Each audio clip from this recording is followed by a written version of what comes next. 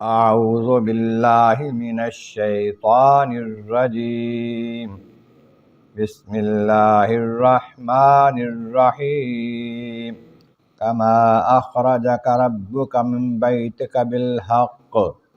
وان فریقا من المؤمنین لکارہون یجادلونک فی الحق بعدما تبین کأنما یساقون الی الموت وهم ینظرون صدق اللہ العظیم۔ حمد و ثناء رب کریم اور درود و سلام بر سید خیر الانام کے بعد سورۃ الانفال کی آیت نمبر 5 اور 6 تلاوت کی گئی ہیں، جو 9ویں پارے کے 15ویں رکوع میں ہیں۔ اس سے پہلی آیتوں میں بتایا گیا کہ جب صحابہ کرام جنگ بدر کے لوٹے ہوئے مال غنیمت کے بارے میں آپس میں بحث پڑے تو پھر حضور سے سوال کیا تو خالق کائنات نے جواب دیا کہ آپ سے یہ سوال کرتے ہیں مال غنیمت کے بارے میں تو ان کو بتا دو کہ اللہ اس کے رسول کا ہے، اللہ سے ڈرو، آپس میں بہتر تعلقات رکھو، اللہ اس کے رسول کی اطاعت کرو اگر ایمان والے ہو۔ پھر فرمایا کہ ایمان والے وہ ہیں جب اللہ کا ذکر ہوتا ہے تو ان کے دل ڈر جاتے ہیں، کانپ جاتے ہیں، جب ان پر اللہ کی آیتیں تلاوت کی جاتی ہیں، کلام الہی تلاوت کیا جاتا ہے تو ان کے ایمان میں مضبوطی آتی ہے اور وہ اللہ پر بھروسہ کرتے ہیں، اور وہ ہیں جو کہ نماز پابندی کے ساتھ درست طریقے سے ادا کرتے ہیں، اور جو ہم نے انہیں روزی دی اس میں سے ہمارے راہ میں خرچ بھی کرتے ہیں، وہی پکے سچے مومن ہیں، اور ان کے لیے درجات ہیں اللہ کے بارگاہ میں، اللہ تعالیٰ کے ہاں، اور مغفرت ہے اور روزی ہے عزت والی۔ یہاں یہ بات بتا دی کہ یہ اختلاف جو شروع ہو گیا تھا، اللہ تعالیٰ جل شانہ کو جب اختیار ہے تو اس نے اپنے اختیار سے اپنے محبوب کو اختیار دیا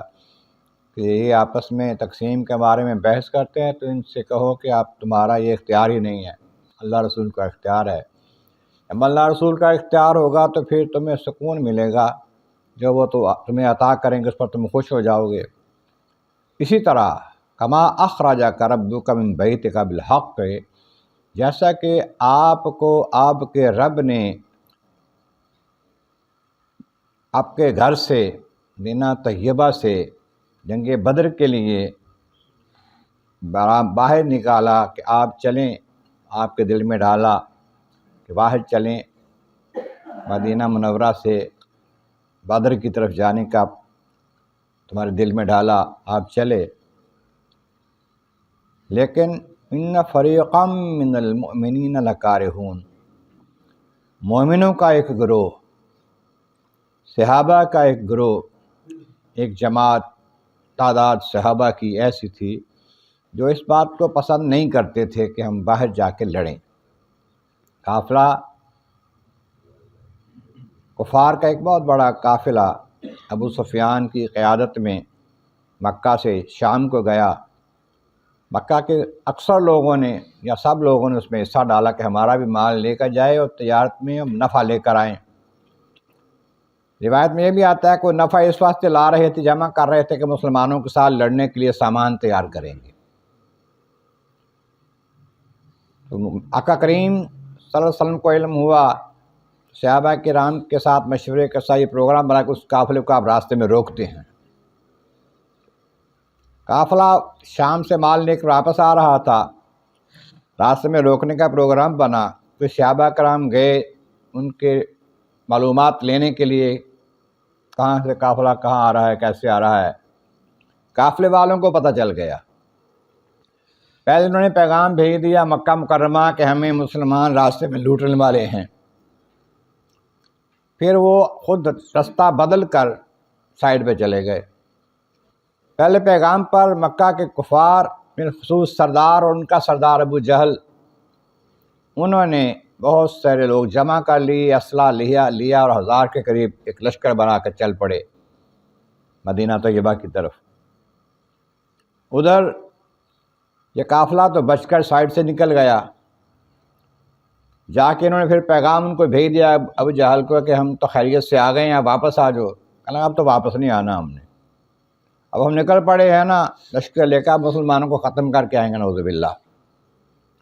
وہ چل پڑے۔ ادھر آقا کریم صلی اللہ علیہ وسلم باہر جب نکلے، صحابہ کے ساتھ مشورہ یہ تھا کہ قافلے کو روکیں گے، لیکن ادھر لشکر آ گیا سامنے میدان میں، اب مدینہ طیبہ آ رہا ہے۔ راستے میں بدر کے میدان میں وہ ٹھہر گئے۔ اب صحابہ سے مشورہ ہو رہا ہے کہ بھی ہم کیا کریں۔ بعض نے کہا کہ جی ہم تو لڑنے نہیں آئے تھے، لیکن موقع یہ تھا کہ لڑنے نہیں آتے، وہ کافر مکہ مکرمہ سے آئے ہیں جو مدینہ منورہ پر چڑھائی کر دیں گے، آگے آ جائیں گے، ہم نہیں اگر لڑتے تو حضور نے چاہا کہ ان سے مقابلہ کیا جائے۔ پھر بعد صحابہ سے جب مشورہ لیا تو سیدنا ابوبکر صدیق، عمر فاروق اور ان کے بعد ساتھی جو تھے انہوں نے کہا کہ ہم آپ کے اشارے پر لڑنے کو تیار ہیں، کہ آپ چاہیں گے، آپ کہیں گے تو ہم سمندر میں چھلانگ لگا دیں گے، آپ حکم فرمائیں۔ اس سے آپ کی حوصلہ افزائی ہوئی، پھر باقی صحابہ بھی اس بات پر رضامند ہوئے، پھر میدان جنگ کی طرف بدر کی طرف تشریف لے گئے۔ باقی کچھ لوگ ناپسند کرتے تھے، یعذلونک فی الحق بعد ما تبین، حق بات ظاہر ہو جانے کے باوجود بعض لوگ آپ سے بحث کرتے تھے، جھگڑتے تھے اس بات میں کہ نہیں جانا چاہیے، نہیں لڑنا چاہیے، خودکشی کرنا ہے، یہ ایسے لشکر کے ساتھ مقابلہ کرنا۔ کانما یساقون الی الموت، ایسا لگتا تو ان کو جیسے ہم موت کی طرف دھکیلے جا رہے ہیں، جان بوجھ کر موت کے منہ میں داخل ہو رہے ہیں ہم ینظرون، دیکھتے ہوئے بھی ایسا لگ رہا تھا ان کو، لیکن ادھر اللہ تعالیٰ کچھ اور منظور تھا۔ اگلی آیت میں اس کا تذکرہ آئے گا انشاءاللہ تعالیٰ کہ کیسا ہوا۔ اللہ تعالیٰ کی بارگاہ عالیہ میں عزت مولا کریم محبوب کریم کا صدقہ قرآن کریم کا فہم اور اعمال صالح نصیب فرما۔ وآخر دعوانا ان الحمد للہ رب العالمین۔